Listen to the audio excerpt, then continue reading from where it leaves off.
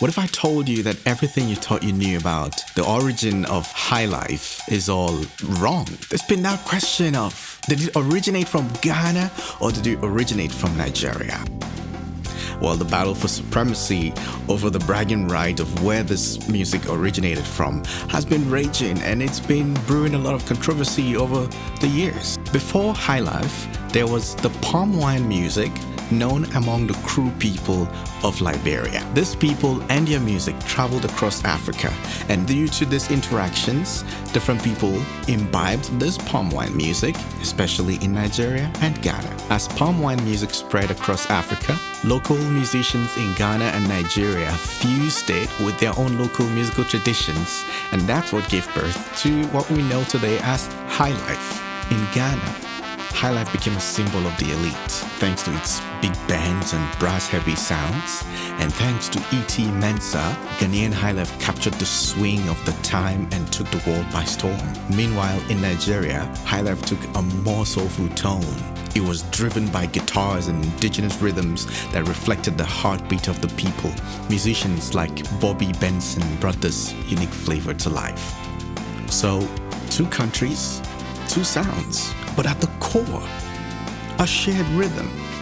Now, here's my take as to why this controversy must have started in the first place and continues to be a thing today. The first scholarly and academic works that were published regarding the music of West Africa or the music in West Africa were done primarily by Ghanaian musicologists and ethnomusicologists. People like J.H. Kwabena Nketia, who wrote African Music in Ghana. It was only 2 decades later, in the 1970s, that Nigerian musicologists started writing about the music in Nigeria and music in West Africa. The likes of Fela Showande, who was the popular world-renowned composer, though he didn't necessarily write about Highlife. Then there was Akin Yuba, there's Bode Omojola, and Laz Ekweme. So the fact that the Ghanaian scholars wrote about this first must have contributed to the notion that the music originated from Ghana first. But in truth, the music could be said to originate from Liberia.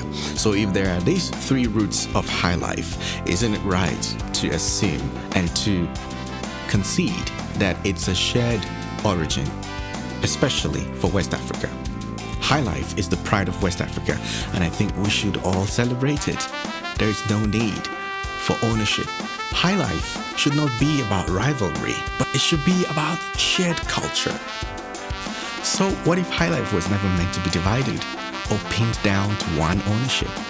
It's West Africa's love letter to the world, uniting every one of us with its irresistible rhythms, be it the variety in Ghana or the variety in Nigeria. So Highlife is not just Ghanaian or Nigerian, it's yours. Yes, yours. All of West Africa. Those are the real owners of Highlife.